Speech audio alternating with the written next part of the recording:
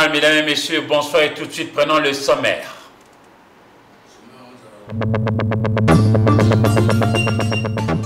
L'Angola s'est libéré de sa responsabilité de médiateur.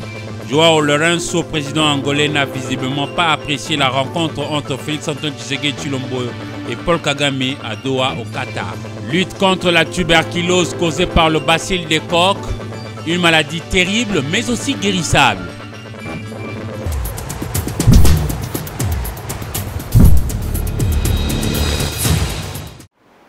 Mesdames et messieurs, encore une fois, bonsoir. Les dubitatifs congolais diront que Kinshasa est désormais face à son destin. Écoutez, la République d'Angola, qui jouait autrefois le rôle du facilitateur ou médiateur, a tourné les dos pour parler entre Kinshasa et Kigali. Et c'est aujourd'hui que la présidence d'Angola a annoncé de se libérer de cette tâche lui assignée par l'Union africaine. Suivez avec Dieu merci Kandampoy. Peu après, le raté de pourparlers de Luanda et la rencontre entre Félix Tshisekedi et son homologue rwandais à Doha, l'Angola se libère de sa responsabilité de médiateur. En collaboration avec la Commission de l'Union africaine, un travail sera entrepris dans les prochains jours pour désigner le chef d'État qui assumera ce rôle.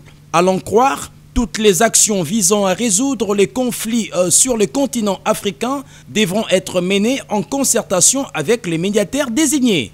Joao Lourenço n'a visiblement pas apprécié la rencontre entre Félix Tshisekedi et Paul Kagame au Qatar. À la surprise générale, les présidents de la RDC et du Rwanda se sont rencontrés à Doha, prenant cours l'ensemble de la communauté.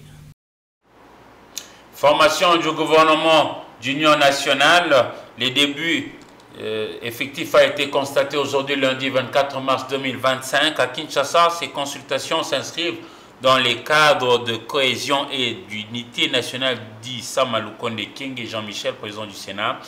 Le président du Sénat congolais a précisé qu'il a été reçu comme membre du présidium de l'Union sacrée. Après échange avec Berande Kolongele Kazimir, il relève avoir réitéré sa loyauté au président de la République et chef de l'État. Et le but est d'arriver à une gouvernance inclusive, mais il insiste que tout doit être fait selon le respect de la Constitution en République démocratique du Congo.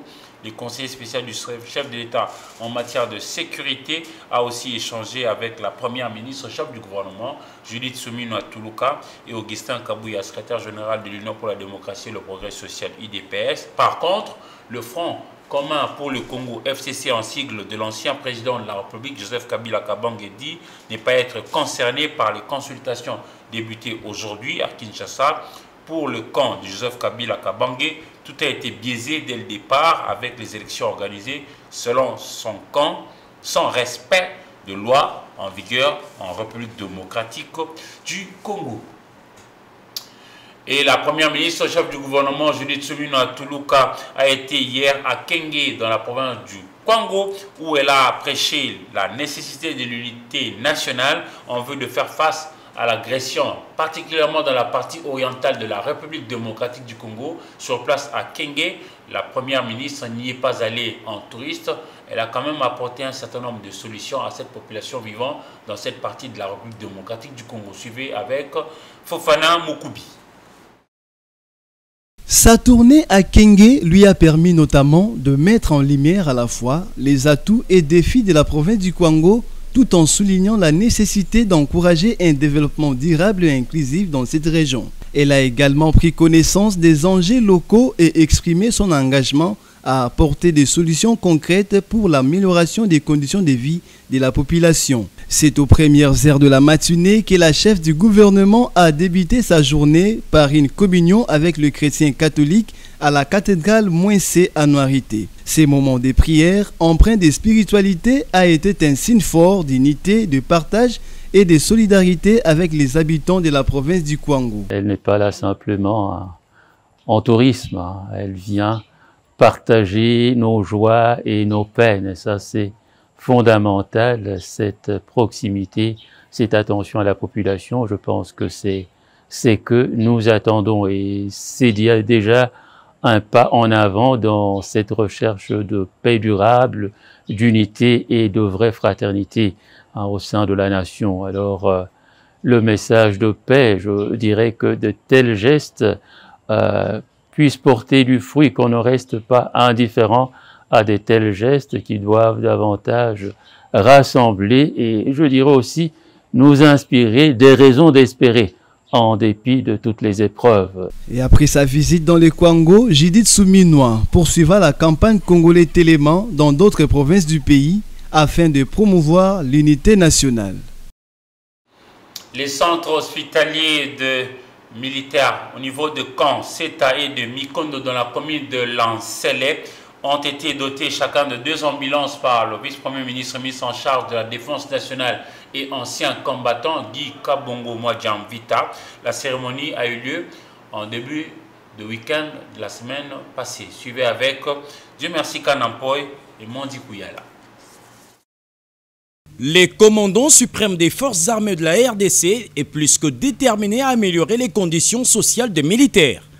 Pour preuve, le vice-premier ministre, ministre de la Défense nationale et ancien combattant Guy Kabongo Mwadjamvita vient de doter les centres hospitaliers militaires du camp Seta et de Mikondo de 4 ambulances pour assurer la bonne prise en charge de militaires ainsi que leurs dépendants. La cérémonie de cette remise s'est déroulée le vendredi 21 mars 2025 à l'hôtel de la Défense. 2 ambulances sont destinées au centre de santé Semoa du camp militaire Seta où sont internés des blessés de guerre et 2 autres au centre d'instruction militaire de Mikondo. Une façon de faciliter la mobilité du personnel de ce centre de santé ainsi que celle des patients blessés de guerre. Satisfait de ces gestes, le général-major Jean-Claude Singui, commandant corps santé militaire, a salué l'essence de dévouement de la haute hiérarchie pour son implication à faveur des militaires. Ces 2 dotations sont une preuve éloquente de l'intérêt particulier, de toute l'attention que la très haute hiérarchie accorde au bien-être du militaire, au social du militaire, et tous les efforts qu'il consent pour l'amélioration des conditions de vie des militaires. Le vice-premier ministre en charge de la défense nationale, Maître Guy Kabongo Mwadjamvita, a ainsi assuré l'élargissement de cette dotation dans plusieurs centres médico-militaires disséminés sur l'ensemble du pays. Les images font froid au dos. Nous parlons de la tuberculose. C'est vrai que c'est une maladie terrible, mais elle a l'avantage d'être guérissable et surtout l'État donne non pas seulement aux patients le médicament mais aussi la nourriture pour les accompagner. Causée par le bacille de Koch, la tuberculose est en pole position notamment en Inde et ici en République démocratique du Congo, le gouvernement central ne relâche pas pour soutenir les malades et la situation affiche 160 cas pour 100 000 habitants, ici en République démocratique du Congo, dans toutes les 26 provinces. Ce 24 mars, aujourd'hui donc, le monde entier se conjugue au rythme de la lutte contre cette maladie terrible, heureusement guérissable à ce jour. L'on parle de plusieurs types de tuberculose pulmonaire, osseuse, tuberculose cutanée, etc. Et en République démocratique du Congo, c'est plus la tuberculose pulmonaire qui est enregistrée dans les hôpitaux. Mais nous martelons que c'est une maladie terrible, c'est vrai, mais guérissable. La commission ad hoc chargée de l'organisation de l'élection relative au bureau définitif de l'Assemblée provinciale de la province du Kwilu affiche désormais complète. La tenue de l'élection précitée n'est que question de quelques semaines, si pas quelques heures. On fait le point sur place avec Mondi Kouyala Mbosso. C'est une plénière très tendue, décisive et très importante à l'Assemblée provinciale du Kwilu. Il s'agit de l'adoption de la résolution portant création et la mise en place de la commission ad hoc chargée de l'organisation de l'élection du bureau définitif tant attendu par tous les Kwilois. Cette commission est composée de 10 membres, parmi lesquels 5 députés provinciaux issus des 5 territoires du Kwilu et 5 agents administratifs de cet organe délibérant. Une très grande joie des honorables Jean-Robert Boulen Toukou et Mouziazia Akwetimala Eric, respectivement élus du territoire de Bagata et Massimanimba. Nous sommes très contents, très contents parce que c'est ce que nous cherchions. On aura un autre gouverneur, on aura des sénateurs, parce que le bureau définitif sera mis en place, je pense le 26 déjà. Et la province va maintenant fonctionner comme il se doit. La plénière de ce jour a été très importante parce qu'en fait, elle met en place une commission ad hoc pour le bureau définitif. Notez que plusieurs observateurs s'étonnent de l'état dans lequel travaillent les députés provinciaux du Kwilu dans une salle de plénière à peu près comme un poulailler, car pour la première fois de l'histoire de cet organe délibérant, une salle de plénière avec split, sans frayon et 2 ventilateurs uniquement pour les membres du bureau et même le public venu assister transpire comme si c'était l'enfer, alors que l'Assemblée provinciale du Kwilu serait dotée de 5 millions de francs congolais, frais de fonctionnement chaque mois. Voilà pourquoi il faut d'urgence un bureau définitif pour permettre le Kwilu de retrouver sa belle image de bonne gouvernance. Quittons le Kwilu pour la province du Lualaba et vous dire que la mairie de la ville de Kolwezi a scellé une usine clandestine de traitement d'eau potable érigée dans l'une des parcelles appartenant à un sujet indien. Et pour cause, cette usine produit de l'eau impropre à la consommation pour la population du Lualaba. Les détails dans ces reportages signés pour vous par Christy Ilunga, notre correspondant sur place dans la ville de Kolwezi Alisano. Une usine de traitement d'eau impropre à la consommation non identifiée appartenant à un sujet indien, implantée dans un quartier résidentiel sur l'avenue Mazangu, vient d'être fermée et scellée par la mairie de Kolwezi, sur instruction ferme de l'autorité urbaine, Maître Jacques Massingo Kindele, après avoir recueilli des rapports des enquêtes menées par sa brigade d'hygiène publique. Bien avant de procéder à sa fermeture, l'autorité urbaine est descendue sur terrain pour constater. Le maire a visité l'enclos de cette usine. Les récipients, qui représentent une insalubrité qui ne dit pas son nom, des l'eau qui stagne dans la parcelle, manque d'entretien des installations sanitaires nuisibles à la santé, ces constats s'est avéré amer. Étant préservateur de la santé de ses administrés, l'autorité urbaine a ordonné sa fermeture et appuie sa décision par un souci majeur d'épargner la population de sa chère juridiction aux maladies liées à la consommation d'eau non potable. Il faut agir. On a exploité maïs. Et ce qui est regrettable, ma condition maïna appropriée. Chemin faisant, Maître Jacques Massingo Kindele est tombé sur un cas suspect des sujets congolais et zambiens, signalé par la brigade d'hygiène publique dans ses visites parcellaires, logés clandestinement dans une concession sur l'avenue des Arpenteurs, à côté de l'Institut technique Mutoshi, par un sujet chinois. Ces individus non identifiés présentent un souci pour la sécurité de la population de ces juridictions. À l'immédiat, l'autorité urbaine a ordonné leur interpellation. Maître Jacques Massingo Kindele se félicite de cette vigilance, lui qui veille à la sécurité et au bien-être de ses administrés. Ces individus ont été remis à la charge du commandant ville Emmanuel Katambo pour l'interrogatoire et l'identification, étant donné que la République démocratique du Congo traverse une période de turbulences marquée par la guerre nous imposée injustement par le Rwanda avec ses supplétifs des rebelles du M23. Cette action de l'autorité urbaine vient contribuer aux efforts et à la vision du chef de l'État, Félix-Antoine Tshisekedi, de maintenir une paix durable à travers l'étendue du territoire national.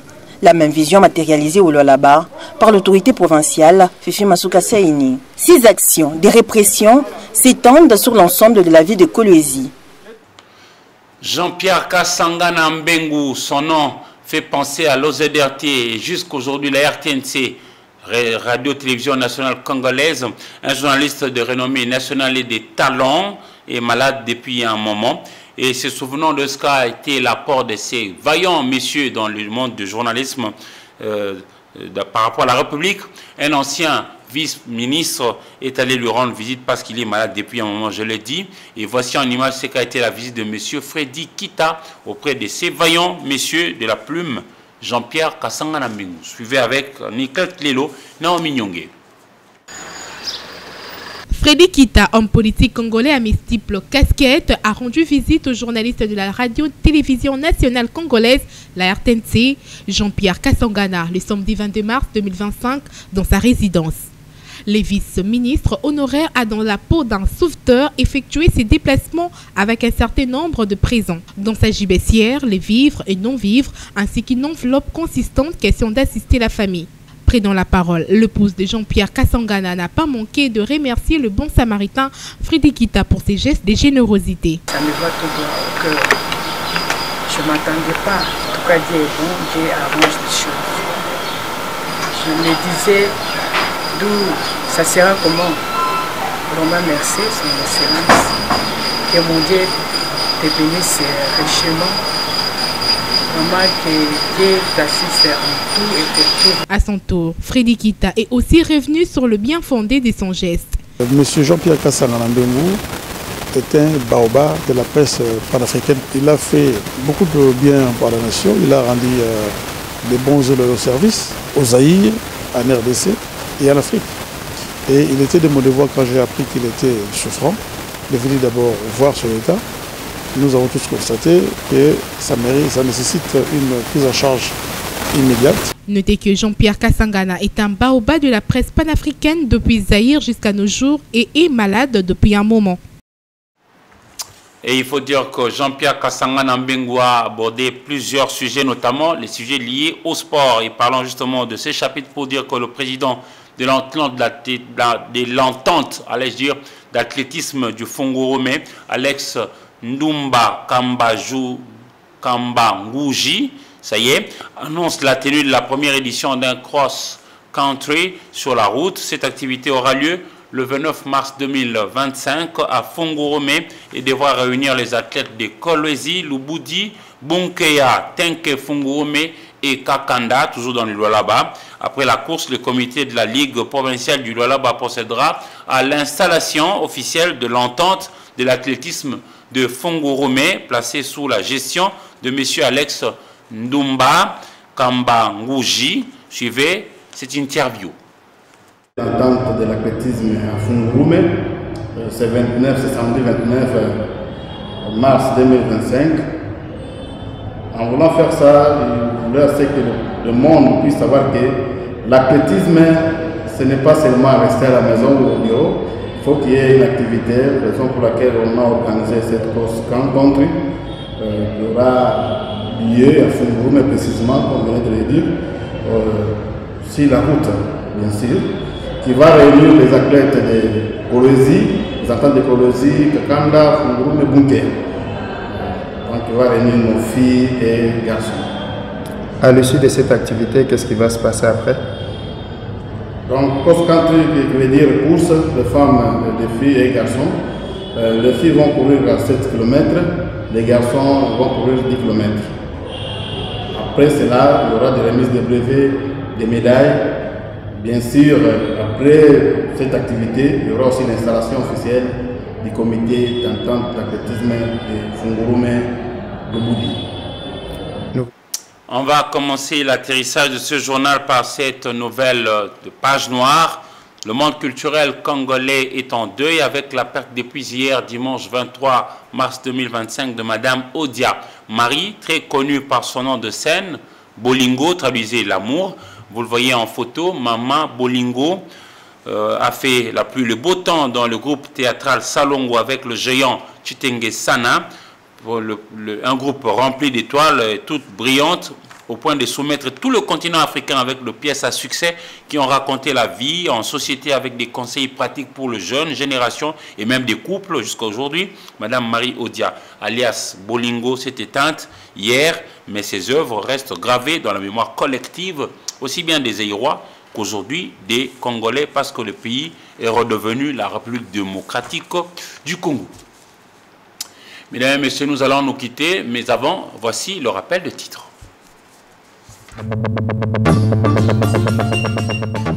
L'Angola s'est libéré de sa responsabilité de médiateur. Joao Lourenço, président angolais, n'a visiblement pas apprécié la rencontre entre Félix Antoine Tshisekedi Tshilombo et Paul Kagame à Doha au Qatar. Lutte contre la tuberculose causée par le bacille des coques, une maladie terrible mais aussi guérissable.